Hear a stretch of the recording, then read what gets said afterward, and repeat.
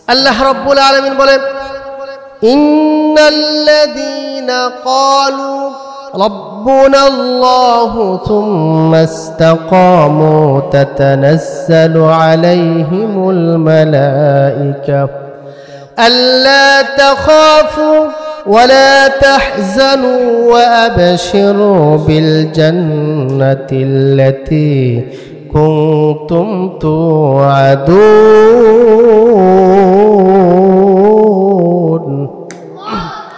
আল্লাহ রাব্বুল আলামিন বলে, ইন্নাল্লাযীনা ক্বালু রাব্বুনাল্লাহ, যারা বলে আমাদের রব কে। ইন্নাল্লাযীনা ক্বালু রাব্বুনাল্লাহ, যারা বলে আমাদের রব আল্লাহ। ইস্তাকামু, রব বলার পরে আপদ বিপদ বালা মুসিবত আসে। সাহাবায়ে কেরাম যখন নতুন ইসলাম গ্রহণ করেছেন, আল্লাহর হাবিব সাল্লাল্লাহু আলাইহি ওয়াসাল্লাম যখন এক কালিমার দাওয়াত দিয়েছে, কাফেররা আল্লাহর রাসূলকে এমন ভাবে আক্রমণ করতে শুরু করেছে। আল্লাহর হাবিব সাল্লাল্লাহু আলাইহি ওয়াসাল্লাম এক আবু জাহেলের কাছে ২৫০০ বার দাওয়াত নিয়ে গিয়েছেন। বারবার আবু জাহেল আল্লাহর রাসূলকে বিদায় করে দিয়েছেন। বলেন, মুহাম্মদ তোকে না বারণ করেছি, হে মুহাম্মদ তোমাকে না নিষেধ করেছি আমার বাড়িতে আসার জন্য। হে মুহাম্মদ তোমার কি লজ্জা নাই রে, তোমার কি শরম নাই? হে মুহাম্মদ তোমার কি শরম নাই? বারবার বারবার আল্লাহর রাসূলকে বিদায় করে দিয়েছেন। একদিন আল্লাহ রাসূল সাল্লাল্লাহু আলাইহি ওয়াসাল্লাম রাত্রে গভীরে আয়েশা ডাকতেছেন, হে আমার চাচা, হে চাচা আবু জাহেল বাড়িতে আসেননি? বলে, মুহাম্মদ তোমার জন্য তো আর শান্তি পায় না, ঘুমাইতেও পারি না।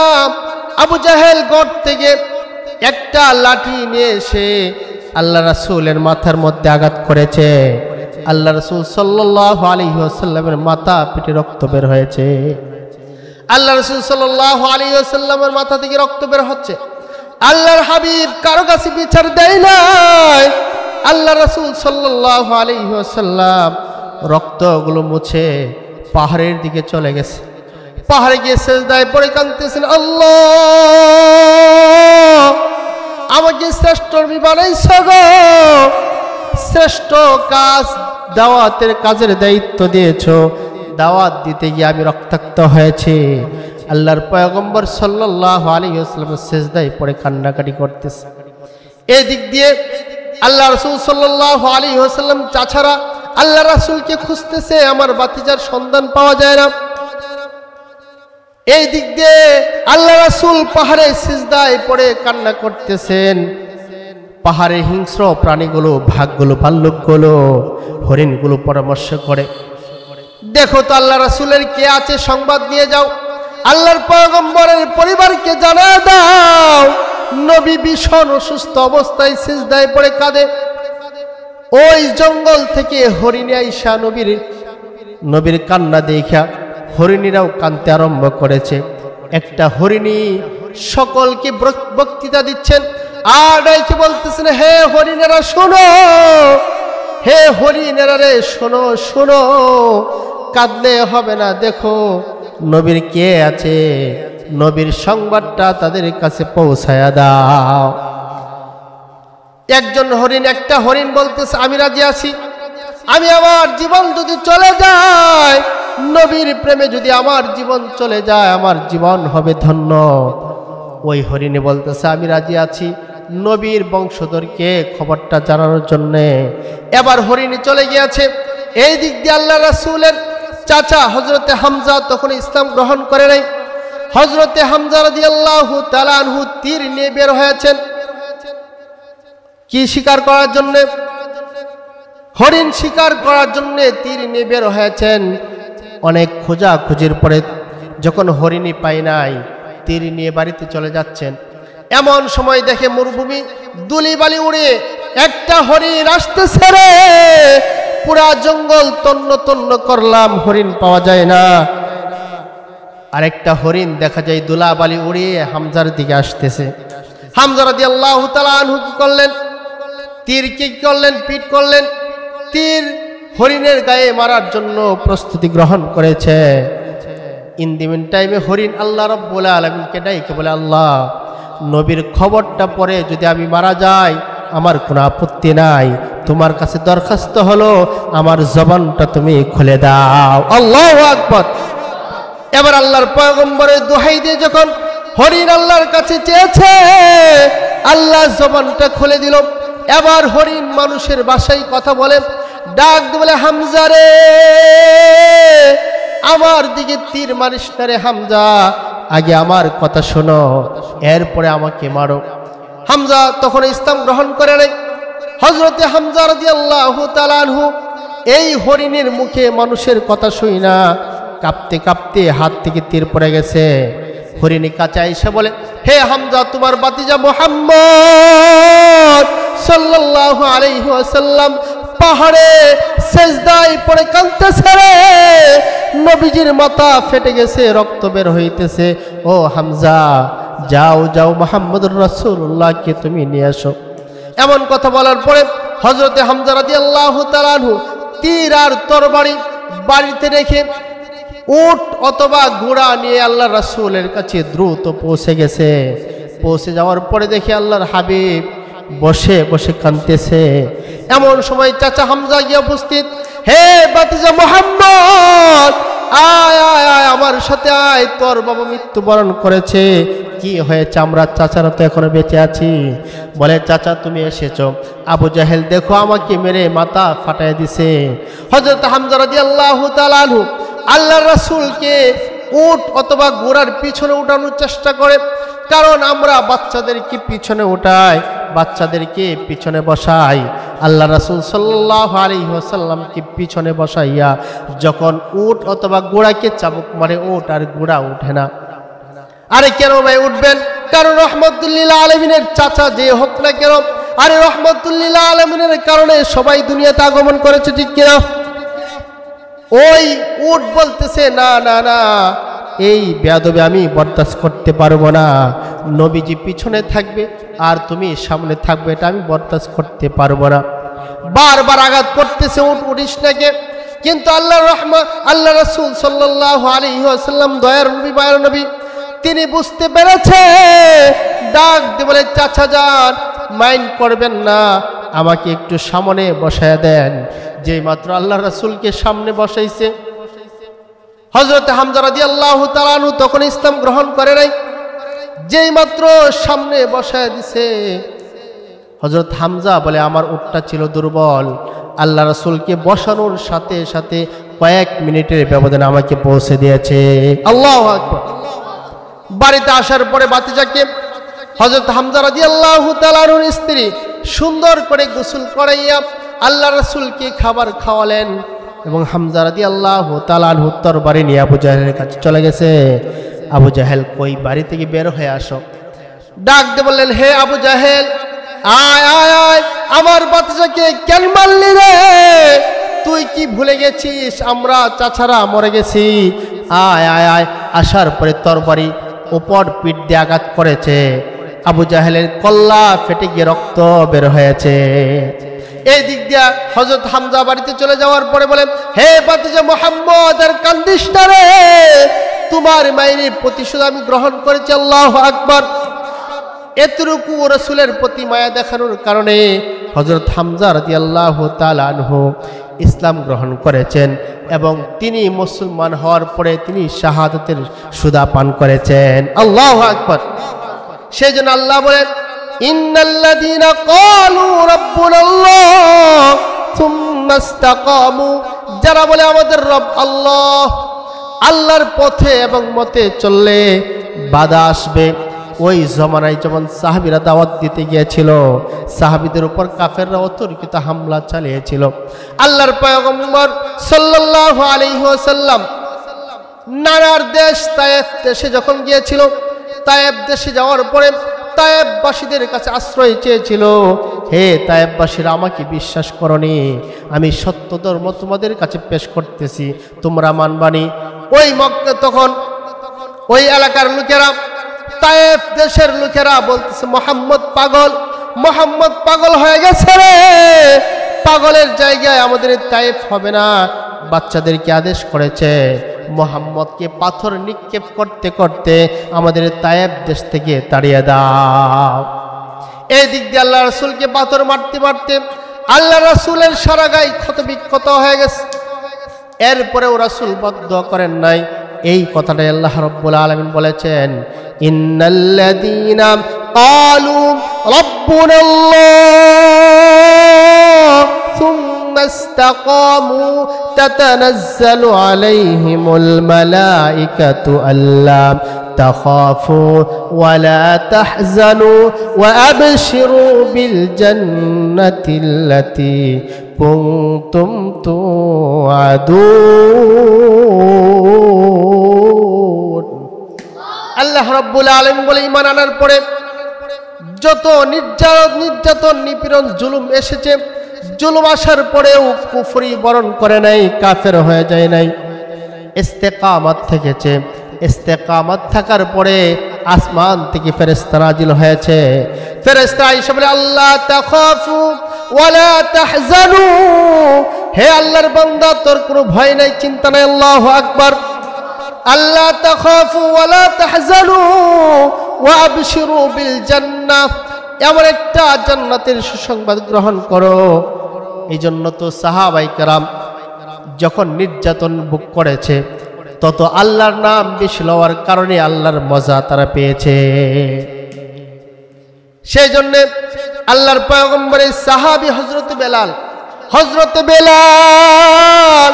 ইসলাম গ্রহণ করার কারণে উমাইয়া এত পরিমাণ নির্যাতন করেছেন আর নিপীড়ন করেছেন, এত অত্যাচার কোনো সাহাবায়ে কেরামকে করা হয় নাই যে অত্যাচার বেলাল হাফসি সহ্য করেছেন। বেলাল হাফসি যখন ইসলাম সত্য ধর্ম শুনেছেন, বেলাল হাফসি আল্লাহর পয়গম্বরের হাতে হাত রেখে ইসলাম গ্রহণ করেছে। ইসলাম গ্রহণ করার পরে বেলাল হাফসি রাদিয়াল্লাহু তাআলা আনহুকে কত নির্যাতন সহ্য করতে হয়েছে।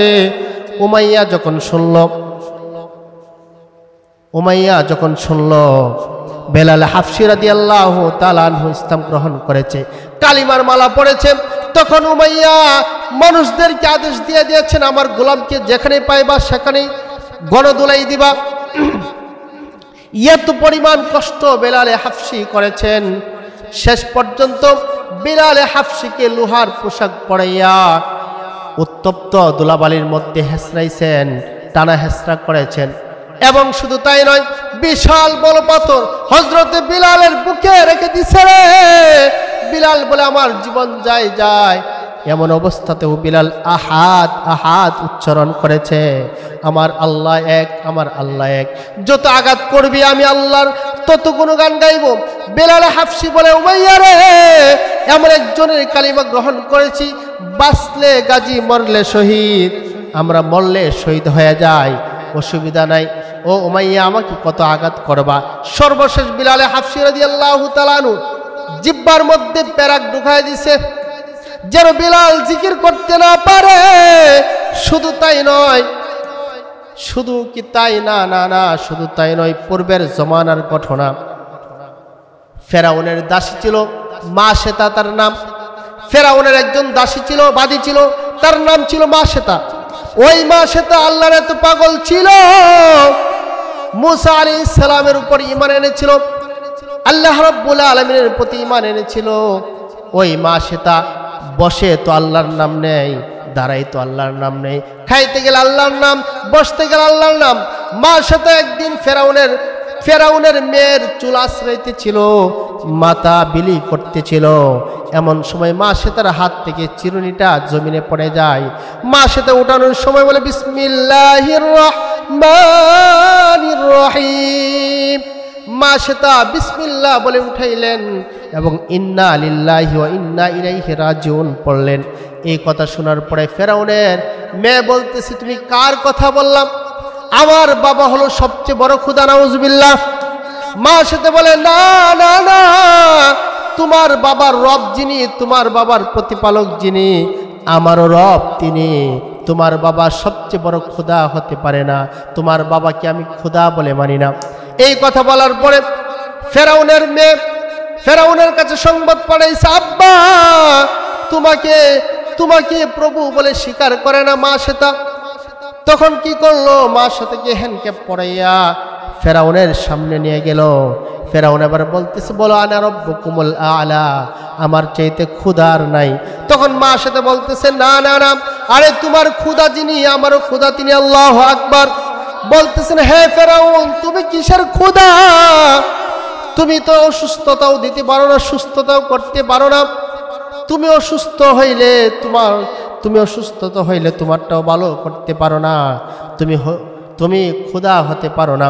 মা সেতা যখন তর্ক বিতর্ক করল, তখন ফেরাউন কি করল, মা সেতার দুইটা ছোট বাচ্চা ছিল, একটা ছিল দুধের বাচ্চা, কুলের বাচ্চা, আর একটা বাচ্চা ছিল 7, 8, 10 বছরের মেয়ে। ওই সবগুলোকে হ্যান্ডকাপ পরাইয়া মায়ের সামনে নিয়ে আসা হলো। কারণ মাকে দুর্বল করার জন্যে মানুষ বলে কান টানলে মাথা আসে। মাকে দুর্বল করতে গেলে সন্তানের বিকল্প নাই, সন্তানকে একটু কষ্ট দিলে মা মন নরম হয়ে যায়। তখন কি করলো ফেরাউন, ওই মা সে তার দুইটা কন্যা সন্তানকে নিয়ে আসলো। আনার পরে ওই দিক দিয়া তেল গরম করা হলো, টকবক করতেছে, গরম তেল টকবক করতেছে, আর বলতেছে, মা সেতা বলো আমি ক্ষুধা, এক আল্লাহর ক্ষুধাগিরি তুমি ছেড়ে দাও, ইমান থেকে সরে এসো, আমাকে প্রভু বলে ডাকো। মা সেটা বলতেছে, না না না, এটা হতেই পারে না, প্রয়োজন আমার জীবন চলে যাবে, কিন্তু যে আল্লাহর উপর ইমান আনয়ন করেছি ওই আল্লাহকে আমি ছাড়তে পারবো না। কি করলেন, প্রথমত বড় মেয়েটা কি করলেন, ওই জ্বলন্ত টকবক করতেছে তেলের মধ্যে বড় মেয়েটা কি করলেন, নিক্ষেপ করলেন। সাথে সাথে বড় মেয়েটা কি করলো, তেলের মধ্যে পড়ে ভাজি হয়ে গেছে। এরপরে ফেরাউন বলতেছে, এখনো সময় আছে, বলো ইমান ছাড়বা না আমার উপর ইমান আনবা। এবার মা সে তার সন্তানটা যখন আগুনের মধ্যে পড়লো, মা সে তার মেয়ে, মা সে তার শুনতেছে, ওই মেয়েটা বলতেছে, মা লা তাখাফ ওয়ালা তাহজান, মা চিন্তা কইরো না, তুমি মনে করছো আমি আগুনের মধ্যে পড়েছি না, মা আগুনের মধ্যে আল্লাহ জান্নাতের বাগান বানায় দিছে। মা তুমি চিন্তা কইরো না, টেনশন কইরো না, ও মা তুমি হক পথে আছো, মা তুমি সত্য ধর্মের উপর আছো গো, তুমি এই হক থেকে সরে যাও না। মা তুমি মনে করতেছো আমি আগুনের মধ্যে পড়েছি, কিন্তু আল্লাহ রব্বুল আলামিন ইমানদারের জন্য আগুনকে জান্নাতের বাগান বানায় দেয়। আল্লাহু আকবার। এবার এই কথা শোনার পরে মা সেতার ইমান আরো বেড়ে গেছে। এবার বলতেছে, মা সেতারে এখনো সময় আছে, ইমান ছেড়ে দে। মা সেটা বলে, না না না, ইমান এতটা সস্তা হয় নাই যে আমি ইমান ছেড়ে দিব। এবার দুধের সন্তানটাকে নিয়ে ওই টকবক করার ডেগের মধ্যে, পাতিলের মধ্যে টকবক করতেছে তেলের মধ্যে, ওই দুধের সন্তানটা কি করলো, নিক্ষেপ করলো, সাথে সাথে বাজি হয়ে গেছে। এবার মা সেটা একটু কাঁদতেছে, দুধের সন্তানের জন্য মায়ের দরদ আলাদা, ঠিক কিনা, দরদ বেশি থাকে। এবার বলতেছে, মা সেটা বলতেছে, না না না, ইমান থেকে সরে আসা ইম্পসিবল না, কখনো সম্ভব না। এবার কি করলো, ওই ছোট মেয়েটা মাকে সান্ত্বনা দে, মা ও মা চিন্তা কইরো না, টেনশন কইরো না, মা লা তাখাফ ওয়ালা তাহজান, মা টেনশন করিও না, তোমার সাথে আল্লাহ আছেন, আমাকে তুমি আগুনের মধ্যে নিক্ষেপ করতে দেখেছ, কিন্তু মা আমি নিক্ষেপ হওয়ার সাথে সাথে জান্নাতের মধ্যে পড়ে গেছি। সুবহানাল্লাহ। মা ডেকে যখন পড়লাম সাথে সাথে জান্নাতে চলে গেছি। ও মা তুমি সত্য ধর্মের উপর আছো, মা তুমি ফেরাউনের কথা বাইরো না। এরপরে যখন মা সেতার ফালা, মা সেতা বলতেছে, ইমান ছাড়বা নাকি মা সেতা, তোমার সন্তানের মতো তুমি মৃত্যুবরণ করবা।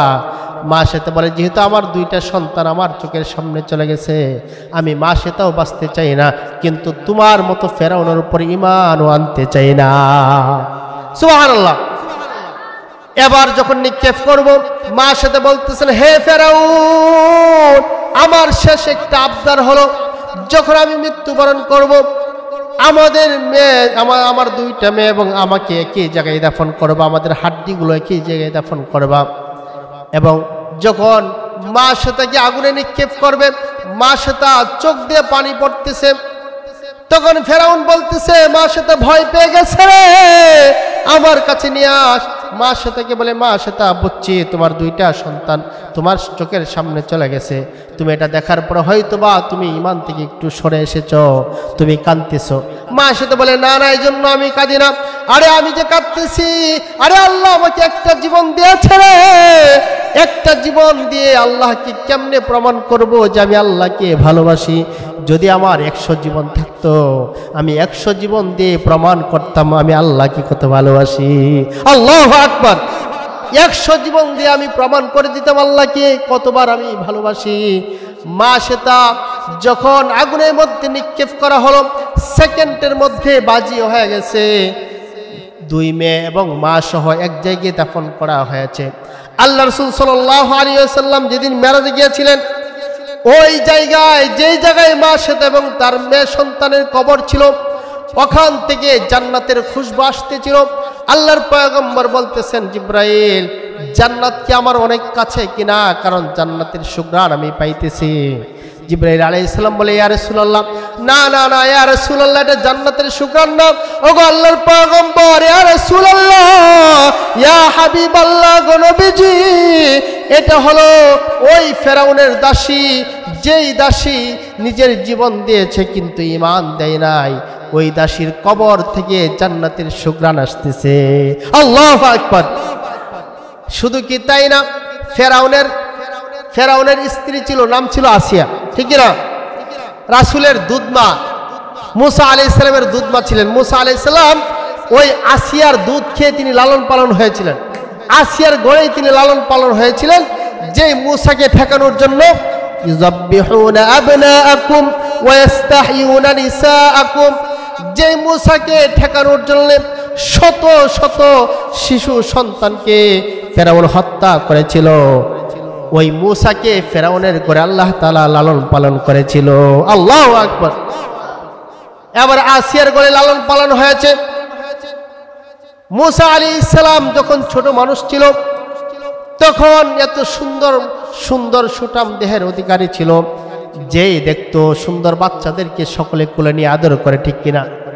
বাচ্চাটা যদি সুন্দর হয়, সুঠাম দেহের অধিকারী হয়, সকলেই কোলে টানতে চায়, ঠিক কিনা?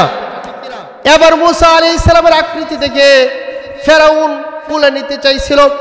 কোলে নেওয়ার সাথে সাথে যখন চুমা দিতে চাইছিল, ছোট মুসা এমন জোরে একটা থাপড়া বসাইছে গালের মধ্যে। ফেরাউন কো মা গো মা, দুঃখ পাইয়া গেছি, ব্যথা পাইছি, বলে এটা আমার দুশ্মন। আসিয়া বলে হায় হায়, কি বলতেছেন আপনি? ছোট মানুষ কি সূত্র হয়? বাচ্চা মানুষ কিচ্ছু বোঝে না, কি বলতেছেন? বলে না, তাকে পরীক্ষা করব। কিসের মাধ্যমে? একটা স্বর্ণের টুকরার আগুনের টুকরা রাখা হলো। মুসা আলাইহিস সালাম স্বর্ণের টুকরার দিকে যাইতে লাগলো। আল্লাহ রাব্বুল আলামিন বলে, হে জিব্রাইল, যা যা, আমার মুসার হাতের মধ্যে আগুনের টুকরাটা ধরায় দে। মুসা আলাইহিস সালাম আগুনের টুকরাটা ধরে মুখে দিয়ে দিলেন। বাচ্চাদের একটা অভ্যাস হলো, যা আছে যে কোনো জিনিস সামনে থাকুক না কেন মুখে দিয়ে দেয়, ঠিক কিনা? এবার যখন পরীক্ষা দেখলো না ঠিকই, তো সে তো আর বুঝতে পারে না, এমনিতেই চড় দিছে। তখন ফেরাউন ভাবতে পারছে যে এটা তো ছোট মানুষের স্বর, এত জোরে হওয়ার কথা না। যে জোরে স্বর দিছে মনে হয় দাঁত বিক্রি পেরে গেছে। এরপরে বড় হইতে লাগলো। আসিয়া জানতো যে মুসা নবী। আসিয়া মনে মনে মুসা আলাইহিস সালামের উপর ইসলাম গ্রহণ করেছে। সুবহানাল্লাহ। এবার আসিয়া গোপনে গোপনে নামাজ আদায় করে, গোপনে গোপনে রবের ইবাদত করে।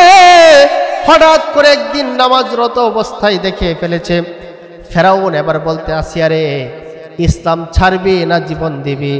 আসিয়া বলে, জীবন দিব, তবে ইসলাম ছাড়বো না। আল্লাহু আকবার। এবার ফেরাউন হ্যান্ডকাপ পরাইছে রে। বলে, আসিয়া তুমি আমার স্ত্রী, প্রিয়তমা, তোমাকে হত্যা আমি নিজের হাতে করে আমি চাই না, তুমি ইসলাম ছেড়ে দাও, আমাকে প্রভু বলে মেনে নাও। আসিয়া বলে, না না, সম্ভব না। এবার আসিয়ার উপরে টর্চার শুরু হয়েছে। ফেরাউন টর্চার করে, আসিয়ার গায়ে টর্চার করে। আসিয়া বলে, না না না, যেই প্রভুর উপর ঈমান এনেছি ওই প্রভুর ইবাদত ছাড়তে পারবো না। আসিয়া এবার ইবাদত করে আসিয়া ইবাদত করতেছে টর্চার শুরু হয়ে গেছে। সর্বশেষ আসিয়াকে বললেন, আসিয়া হয় তুমি ইসলাম ছাড়বি না হয় জীবন দিবি। এরপরে কি করলো? আসিয়া বলে, না না না, জীবন দেব, কিন্তু তোমার কাছে ঈমান বিক্রি করতে পারবো না। আল্লাহু আকবার। এবার সুবিশাল একটা ময়দানের মধ্যে মাইকেল আওয়াজ করা হলো, সকলে আসো, আসিয়াকে কতল করা হবে, আসিয়াকে হত্যা করা হবে। এবার ফেরাউন নিজেই আসিয়াকে হত্যা করবে সকল মানুষের সামনে। যাওয়ার পরে আসিয়ার শরীর থেকে কাপড়গুলো খুলে ফেললো। আসিয়া বলতেছে, আমার কাপড়গুলো আপনি খুইলেন না। বারবার খোলা শুরু হলো, কাপড়গুলো খুলে ফেললো। খোলার পরে ফেরাউন বলতেছে, আসিয়া রে, ইসলাম ছাড়বি না ঈমান ছাড়বি? ঈমান ছাড়বি না মৃত্যুবরণ করবি? আসিয়া বলে, ইসলাম ছাড়তে পারবো না, প্রয়োজনে মৃত্যুবরণ করব। এরপরে সকল মানুষের সামনে টেনে হেসড়ে আসিয়া রাদিয়াল্লাহু তাআলা আনহার লজ্জা স্থানে এমন জোরে সজোরে একটা আঘাত করেছে। এমন সময় আল্লাহ রাব্বুল আলামিন আসিয়া আল্লাহকে ডাকে বলে, আল্লাহ, তোমার দিনের জন্য আমি মৃত্যুবরণ করতেছি রে। এই কথা শোনার পরে আল্লাহ রাব্বুল আলামিন জিব্রাইলকে পাঠাইলেন, জিব্রাইল যা যা যা, আমার আসিয়ার জন্য মৃত্যুর কষ্টটা কম হয়, আমার আসিয়ার সামনে জান্নাতটা তুই ধরে দে। আল্লাহু আকবার। জিব্রাইল আলাইহিস সালাম জান্নাত নিয়ে এসেছে। এবার আসিয়া মুস্কি মুস্কি হাসে। মুস্কি হাসি দেইখা ফেরাউন বলতেছে, আসিয়া তুই হাসিস কেন? বলে, আরে হাসবো না কেন, ওই যে দেখা যায় আমার জন্য হুরেরা অপেক্ষা করতেছে, গেলম্যানেরা অপেক্ষা করতেছে, আমার জান্নাত সাজানো হয়েছে, অল্প কিছুক্ষণ পরে আমি জান্নাতে যাব। আল্লাহু আকবার। আসিয়া আবার জান্নাত দেখে মুস্কি মুস্কি হাসে। আর ব্লাড বের হতে হতে কিছুক্ষণ পরে আসিয়া আল্লাহ রাব্বুল আলামিনের সান্নিধ্যে চলে গিয়েছে। সেজন্য আল্লাহ বলে, ইন্নাল্লাযীনা ক্বালু রাব্বুনাল্লাহ সুম্মা ইসতাকামু, ঈমান আনার পরে অত্যাচার আসবে, ঠিক কিনা? ঈমান আনার পরে সৎ পথে চললে জুলুম আসবে, অত্যাচার আসবে, ইহার উপর ধৈর্য ধারণ করতে হবে। অত্যাচার আসার পরে আমাদের বুজুর্গানে দিন যারা আছেন, আমাদের উলামায়ে কেরাম, কিছুদিন আগেও আল্লামা মামুনুল হক কয়েক বছর জেলখানার মধ্যে আবদ্ধ ছিল। মামুনুল হককে একের পর এক টর্চার করা হয়েছে, কিন্তু মামুনুল হক কিঞ্চিত পরিমাণ ঈমান থেকে সরে যায় নাই। এটাই হলো আমাদের আকাবিরদের অবস্থা। ইসলামের জন্য জীবন দেওয়ার জন্য প্রস্তুত, ঠিক কিনা? প্রয়োজনে তারা জীবন দিয়েছে রে, কিন্তু ঈমান বিক্রি করে নাই। ঈমান বিক্রি করে না, এই জন্য সাহাবায়ে কেরাম নিজের জীবন বিসর্জন দিয়েছেন। কিন্তু